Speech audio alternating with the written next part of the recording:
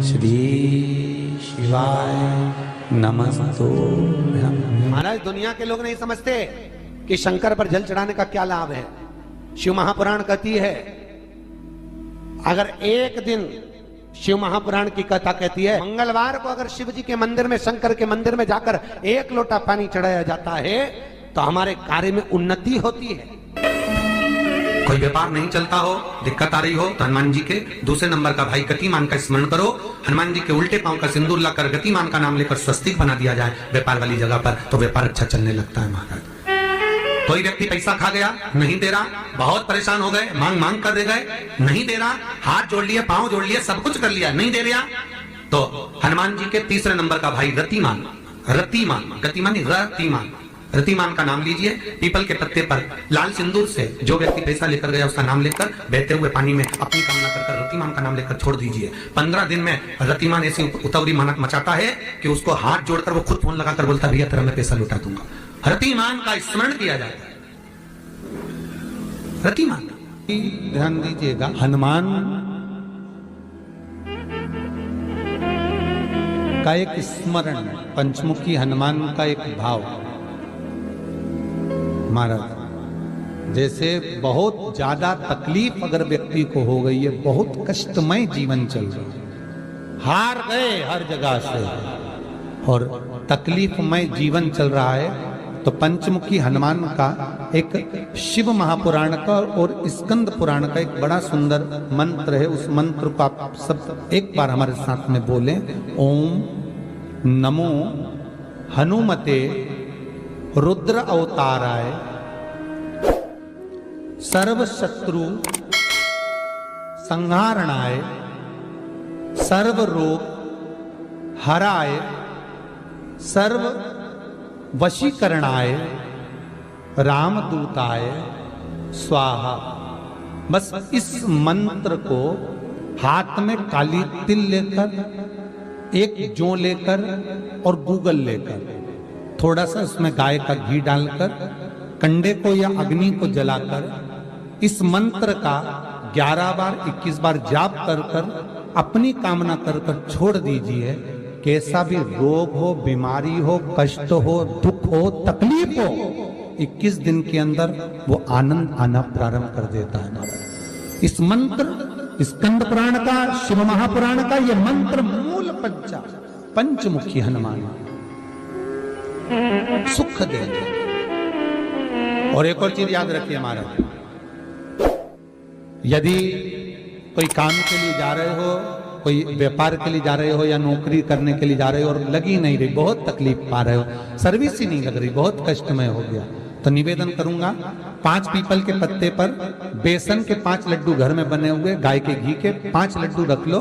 उस लड्डू के बीचों बीच एक आटे का दिया और उसमें तिल्ली का तेल डालकर इसी मंत्र का प्रयोग कर कर पंचमुखी हनुमान का किसी भी हनुमान के मंदिर में जाकर, दक्षिण मुखी हनुमान के मंदिर में जाकर उसको रख कर आ जाइए। इसके बाद आप उस काम के लिए जाइए, आपका काम सफल हो जाएगा। आपको किसी को नहीं कहना पड़ेगा कि हाथ जोड़ना नहीं पड़ेगा, किसी के पांव नहीं पड़ना पड़ेंगे, तुरंत काम होगा। बस इस मंत्र का स्मरण कर कर पंचमुखी हनुमान का भूतेश्वर जो मंत्र है वो सुख देने वाला। पूरे घर में वास्तु के हिसाब से केवल एक दीवार ऐसी होती है जहां पर हनुमान जी का चित्र लगाया जाए।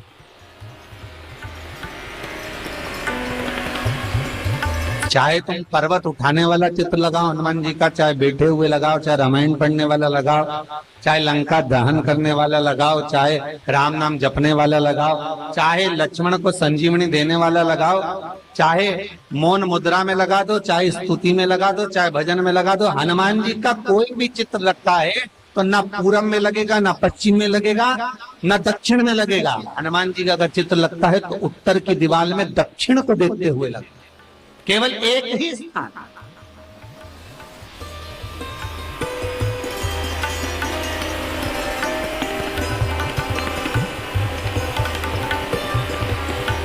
जैसे पूर्वजों के चित्र को, पितरों के चित्र को, गए हुए हमारे जीवों के चित्र को दक्षिण में विराजमान किया जाता है, उसी तरह हनुमान को उत्तर में विराजमान कर कर दृष्टि दक्षिण में कर दी।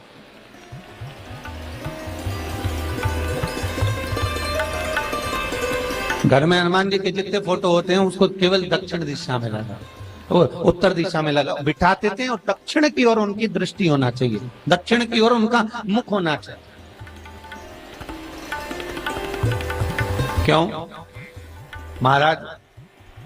अगर व्यक्ति के जीवन में कोई बीमारी आने वाली है, व्यक्ति के जीवन में कोई रोग आने वाला है, व्यक्ति के जीवन में अगर कोई कष्ट आने वाला है, व्यक्ति के जीवन में अगर कोई परेशानी आने वाली है, व्यक्ति के जीवन में कोई एक्सीडेंट का योग भी बनने वाला है, तो शास्त्र कहता है वो दिशा दक्षिण से ही बनता है।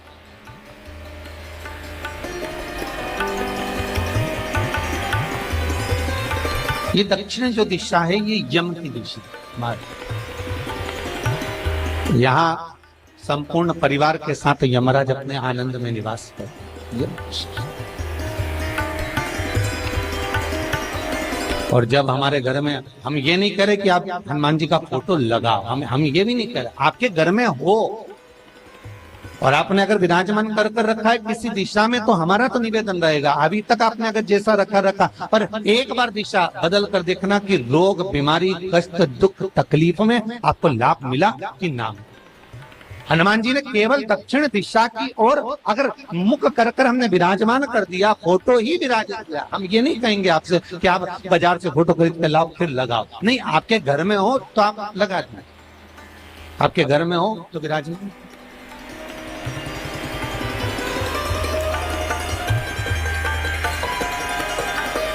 अच्छा, कितनी विपरीतता है वो भी आप जरा जानिएगा महाराज, कि शंकर भगवान के ऊपर जो जल चढ़ाया जाता है उसकी जलाधारी उत्तर में जाती है महाराज। भगवान शिव का जो जल जा रहा है वो उत्तर की ओर जा, और हनुमान जी को उत्तर में विराजमान कर मुख दक्षिण की ओर कर दिया। क्यों? प्रबल दिशाओं में उत्तर और दक्षिण महाराज, ये जो दो दिशाएं, इनको साधने के लिए कोई देवता आगे नहीं।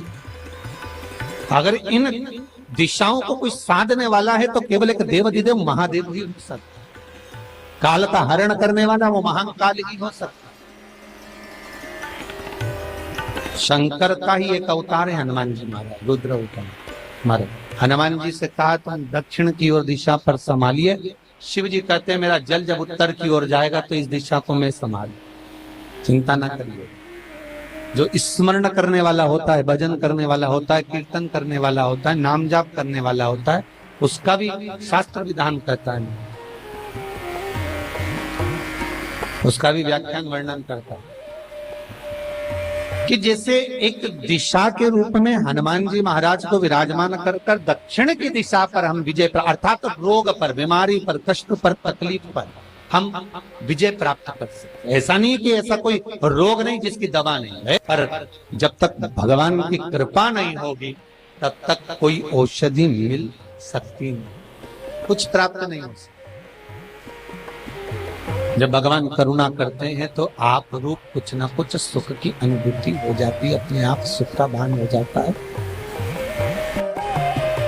तो जैसे दक्षिण का जो स्वामी तत्व है, दक्षिण पर जो दृष्टि देने वाला श्री हनुमान जी महाराज है, इसलिए हनुमान जी को उत्तर की दीवार पर विराजमान कर उनका मुख दक्षिण की ओर रखा जाता है। वास्तु शास्त्र के हिसाब से, वास्तु नियमों के हिसाब से सारे फोटो कहीं पर भी लगा सकते हो, पर हनुमान जी का अगर फोटो तुम्हारे घर में है, हनुमान जी अगर तुम्हारे घर में विराजमान है, हनुमान जी का चित्र तुम्हारे घर में विराजमान है, तो उसका मुख दक्षिण का होगा, तो रोग, बीमारी, तकलीफ, कष्ट ये सब दूर हटते। कई लोग प्रश्न करते हैं, गुरुजी आप कहते हो कि हनुमान जी महाराज शंकर भगवान का एक अंश स्वरूप है, एक अंश।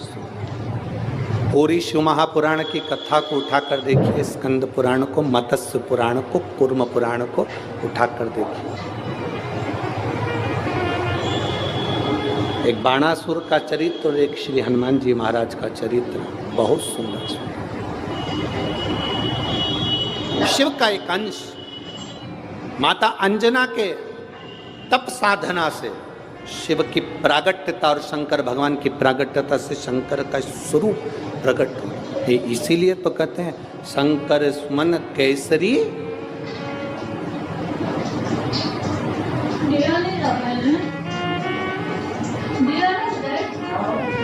शिव का एक स्वरूप है हनुमान जी। हम तो हमेशा कहते हैं अगर आप हनुमान जी का भी दर्शन कर रहे हैं तो ये अंदाजा लगा कर रखें कि आप शंकर का दर्शन कर रहे हैं। आप शंकर का दर्शन कर रहे हैं तो ये अंदाजा लगा कर रखें कि आप हनुमान जी का दर्शन कर रहे हैं। सब एक, कोई भेद नहीं, सब एक, कोई भेद नहीं। देवताओं, आप एक बेलपत्र, जैसे आप एक बेलपत्र कि ये दो जो पत्तियां होती हैं, जरा ध्यान देंगे, ये दो जो पत्ती नीचे की रहती है बेलपत्र, आगे का भाग एक बेलपत्र और नीचे की जो ये दो पत्तियां होती हैं, इन दो पत्तियों के ऊपर एक एक शमी पत्र, ये दो जो पत्तियां हैं इन पत्तियों के ऊपर एक एक शमी पत्र और लाल चंदन ये रखकर कितना भी रोगीला व्यक्ति हो, रोग से ग्रसित व्यक्ति हो, जिंदगी में कितना ही दुख पड़ रहा हो, बेलपत्र की ये दोनों पत्ती जिसके ऊपर शमी पत्र रखकर, लाल चंदन रखकर श्री हनुमान जी महाराज और हनुमान जी महाराज के तीसरे नंबर के भाई श्री गतिमान जी। हनुमान जी कितने भाई हैं? 6। उसमें हनुमान, रतिमान, प्रतिमान, मतिमान, गतिमान, तो जो नीचे के क्रम में आते हैं श्री गतिमान जी, उन गतिमान जी और हनुमान जी का नाम लेकर जो शिवलिंग के ऊपर समर्पित कर देता है, रोग का निवारण होता ही है, रोग मुक्ति होती है। मंगल का प्रदोष निकाल कर रख लो कि मंगल का प्रदोष इस दिन पड़ रहा है, मंगल की त्रयोदशी तिथि पड़ रही है, प्रदोष व्रत मंगलवार का पड़ रहा है। और जिन लड़का लड़की को मंगल होते हैं, जिन कन्या और वर को मंगल होते हैं, केवल शंकर भगवान के मंदिर में जाकर चौमुखी दिया, 4 बत्ती का दिया आटे का, उसमें घी डालकर लड़की शंकर भगवान के मंदिर में मात्र 7 बार शंकर पे से उतार कर 3 बार स्वतः उतार कर शिव के मंदिर में रख देती है, उसका मंगल आड़े आता ही नहीं है, मंगल नहीं आता सामने। मंगल प्रदोष व्रत का इतना महत्व है महाराज। जब जिस महीने में जो प्रदोष पड़ा करे, जब प्रदोष पड़े, बन सके 1 बेलपत्र, बन सके 5 बेलपत्र, शमी पत्र, हरे मूंग, हरा मूंग, बेलपत्र, एक कलश के अंदर थोड़ा सा पानी लेकर 1 बेलपत्र, हरा मूंग, शमी पत्र डालकर और उसमें थोड़ा सा गुड़ डालकर भगवान शिव का स्मरण कर कर प्रदोष काल में, मान लो कोई काम आपका बहुत जरूरी है, बहुत दिनों से आप थक गए हैं, नहीं हो रहा, कर्जा बढ़ रहा है, धन नहीं आ रहा, व्यापार नहीं चढ़ रहा, या कोई समस्या बहुत प्रबल है, कोई एग्जाम में बैठ रहे हो, नहीं हो रहा, परीक्षा भी दे दी है, रिजल्ट आने ही वाला है, तो भी प्रदोष काल में, प्रदोष के समय वो जल, मूंग, शमी पत्र और बेलपत्र और गुड़ का शंकर के शिवलिंग को समर्पित करना प्रारंभ कर दो। 2 या 3 प्रदोष करोगे, बाबा आपकी मनोकामना शीघ्र पूर्ण कर देगा। शंकर भगवान पर चढ़े हुए जल जब नीचे की ओर आता है, जिस जगह पर जल गिरता है उस जगह पर मात्र एक दुर्गा प्रदोष के दिन अपनी कामना कर इस शरीर के सुख के लिए शंकर भगवान के जल गिरने वाले स्थान के पास में अवधूतेश्वर महादेव के नाम से रख दी जाती है, तो जिंदगी में कभी बड़ी बीमारी नहीं आती। उसी तरह जिससे रोग को समाप्त करने के लिए दुर्वा का प्रयोग किया जाता है। कभी ऐसा योग लगे आपके जीवन में कि आप जिस व्यापार को आपने करा उस व्यापार में आपको फल नहीं मिला, फिर आपने व्यापार चेंज करा, फिर बदल कर देखा, फिर उस व्यापार को कर देखा, उसमें फल नहीं मिला, फिर आपने वापिस व्यापार को बदलने का विचार किया, तो हमारा निवेदन रहेगा उस व्यापार को बदलने से पहले एक काम जरूर कर देखें।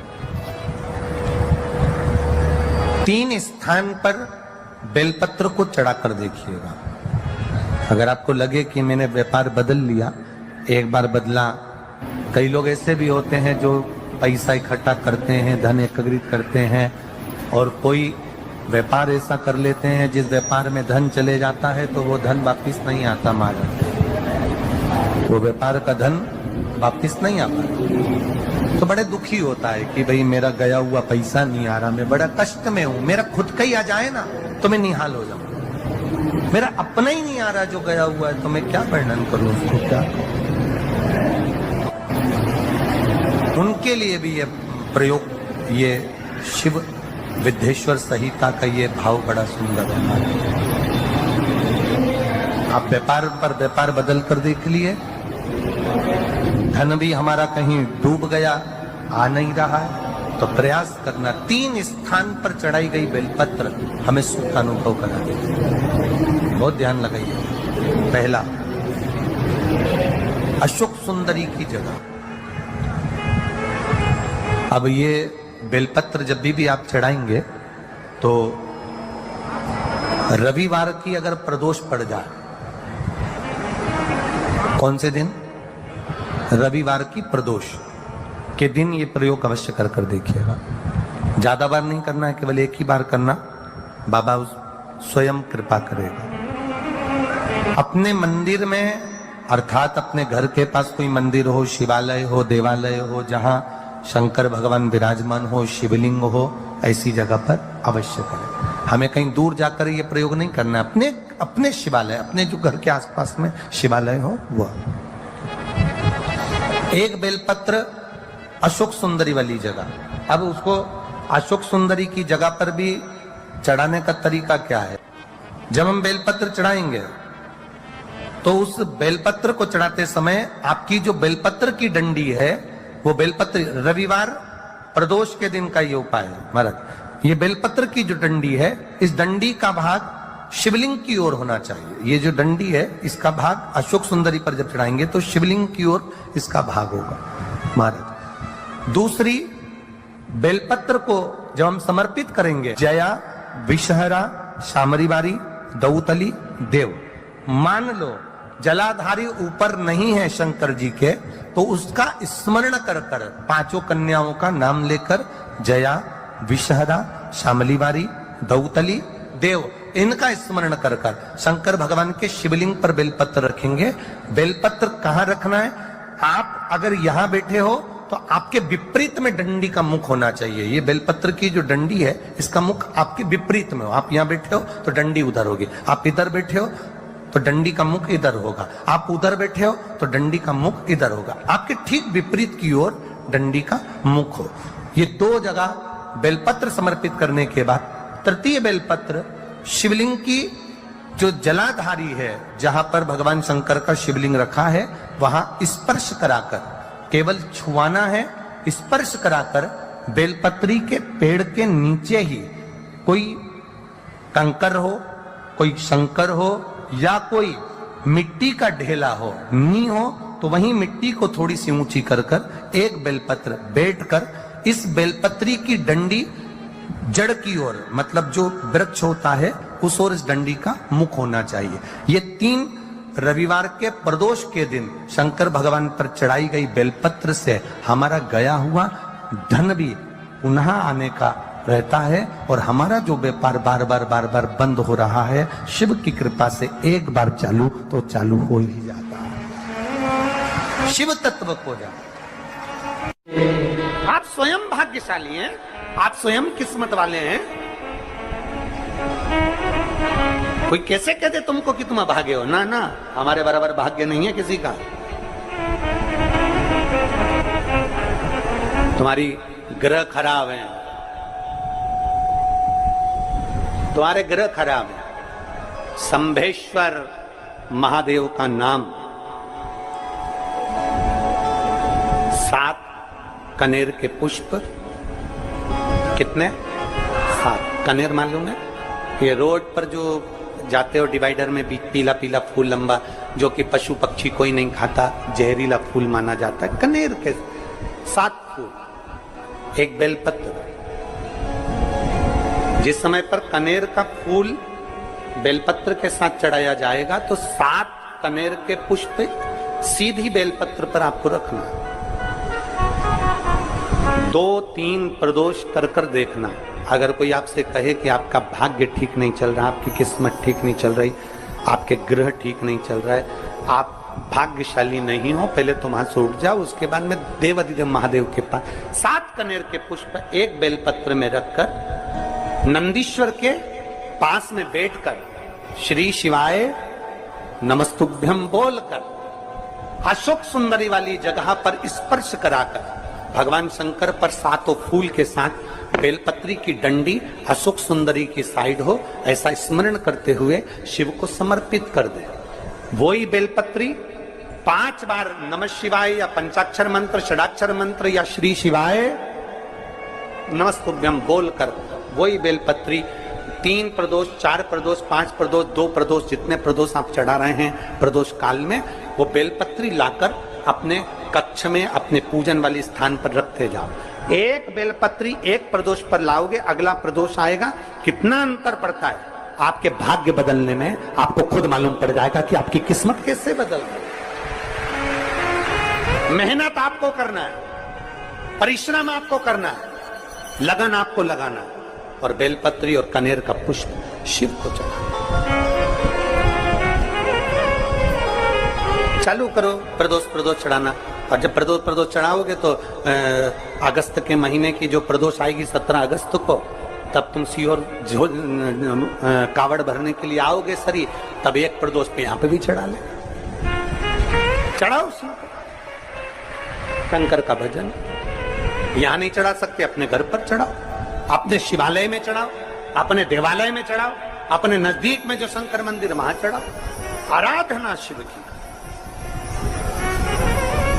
कोई कह दे तुमसे कि ये ठीक नहीं, प्रथम आप ये जो कनेर के फूल चढ़ाओगे ना, इसमें श्रंभेश्वर महादेव का भाव होना चाहिए। श्रंभेश्वर महादेव, फिर से एक बार बोलो, कौन से महादेव? श्रंभेश्वर। और फिर एक निवेदन, मान लो कि डॉक्टर कह दे कि बच्चे की धड़कन नहीं आ रही है,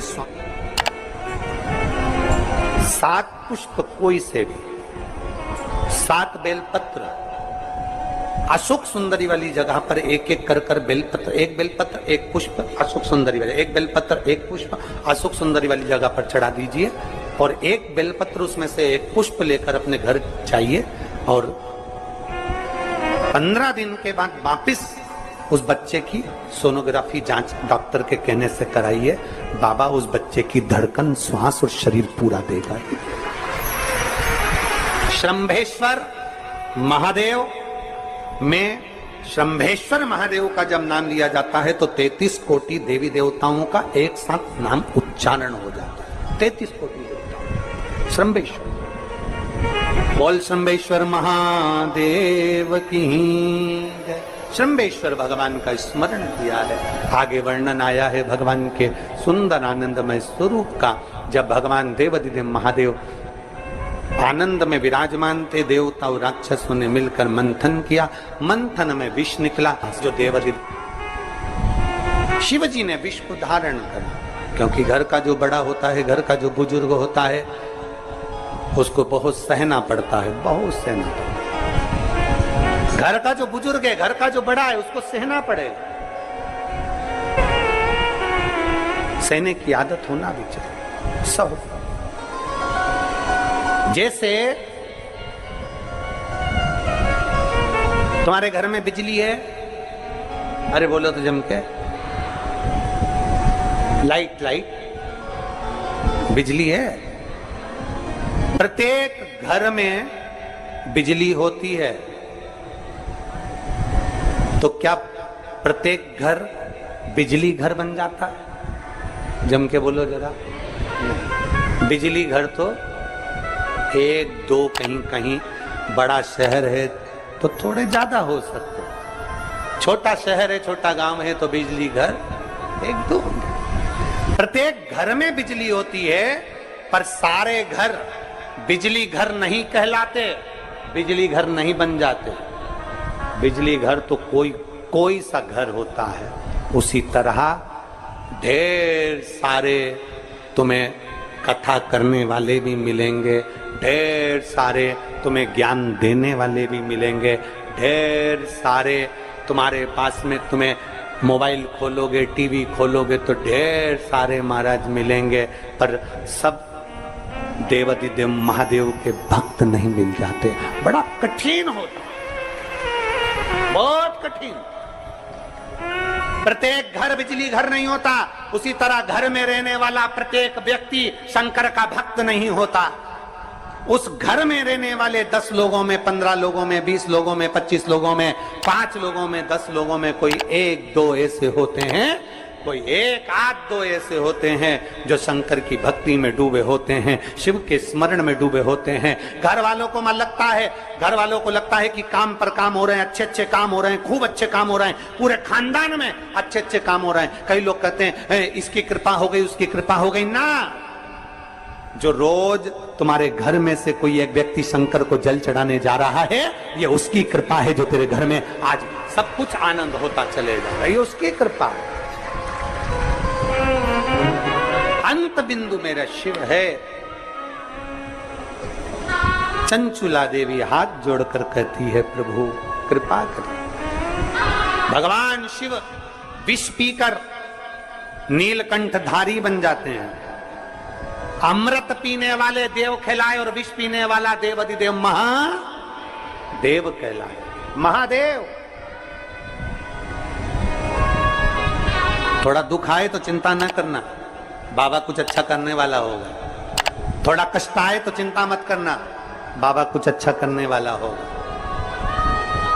जल्दी से काम नहीं निपटे, बहुत मेहनत करना पड़ रही है। हम 3 बार 4 बार कुबेरेश्वर धाम आ गए, 5 बार आ गए, बाबा कब सुनेगा? चिंता मत करना, फाइल थोड़ी मोटी है, थोड़ा समय लगाएगा, करेगा। किसी को खाली नहीं भेजता तो तुम्हें कैसे भेज दे? किसी को नहीं भेजा उसने खाली। ये इतने एक बहन ने तो पूरी डॉक्टरों की 1 2 3 4 5 6 7 फाइल लगाई, 7 डॉक्टरों की, 7 डॉक्टरों की फाइल लगाई है। और सब डॉक्टरों ने कह दिया था कि तेरे घर संतान नहीं होगी, सुख नहीं। फिर भी शिव ने 1 साल नहीं, 2 साल नहीं, 3 साल नहीं, 4 साल नहीं, 5 साल बाद दिया तो सब।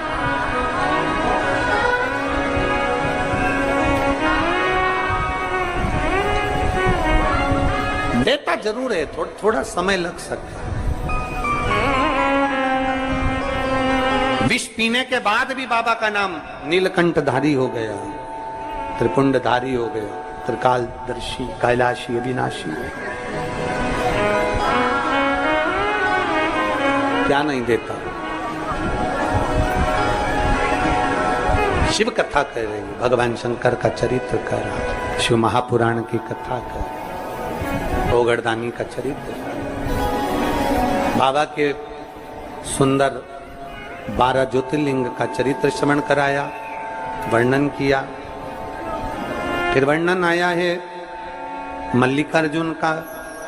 कार्तिक के बाबा जब रुष्ट होकर चले गए तो उनको श्री शैलम पर जाकर मनाया, मल्लिकार्जुन के रूप में विराजमान। जब अपने नजदीक में, अपने क्षेत्र में शिव महापुराण की कथा हुआ करे तो 7 दिन नहीं तो 6ठे दिन, 7वें दिन, 1 दिन जाकर बाबा की उस धरा को प्रणाम जरूर करा। प्रयास। मल्लिकार्जुन के रूप में पुजाए। तीसरा महाकाल जी का वर्णन किया, दूषण नाम के राक्षस के संहार के लिए भगवान काल अधिपति महाकालेश्वर बन गए। फिर वर्णन आया है श्री ओमकारेश्वर जी का, विंध्य नामक पर्वत के तप करने पर भगवान ओमकार के रूप में विराजमान। अगला वर्णन आया है केदारनाथ नर नारायण के तप करने पर भगवान केदारेश्वर के रूप में विराजमान। फिर वर्णन आया है श्री भीमाशंकर कुंभकर्ण के बेटे भीम का संहार कर कर भगवान शिव भीमा शंकर बन जाते हैं। अगला वर्णन आया है काशी विश्वनाथ। मनु शत्रुपा के तप करने पर भगवान काशी में विराजमान हो जाते हैं विश्वनाथ बनकर। त्र्यंबकेश्वर गौतम बाबा पर गौ हत्या का दोष लगा, बाबा ब्रह्मा विष्णु महेश तीनों स्वरूप में भगवान यहाँ विराजमान हो जाते हैं। वैद्यनाथ रावण को शिवलिंग ले जाने नहीं दिया, बाबा भूमि पर ही रह गए तो वैद्यनाथ के रूप में विराजमान हो गए। अगला वर्णन है नागेश्वर। दारुक नाम के राक्षस का भगवान ने संहार किया, नागेश्वर के रूप में विराजमान हुए। रामेश्वरम राम जी के कहने पर भगवान शिव रामेश्वरम के रूप में विराजमान हुए। फिर वर्णन आया है कृष्णेश्वर। सुधर्म नाम के ब्राह्मण की धर्मपत्नी घुष्मा के बेटे को भगवान ने जीवित करा है तो भगवान कृष्णेश्वर के रूप में विराजमान है। भगवान देवाधिदेव महादेव त्रिकालदर्शी कैलाशी अविनाशी मेरे शिव 12 ज्योतिर्लिंग, ज्योतिर्लिंग का मतलब है जहां पर शंकर ज्योति के रूप में हमेशा विराजमान, हमेशा विराजमान।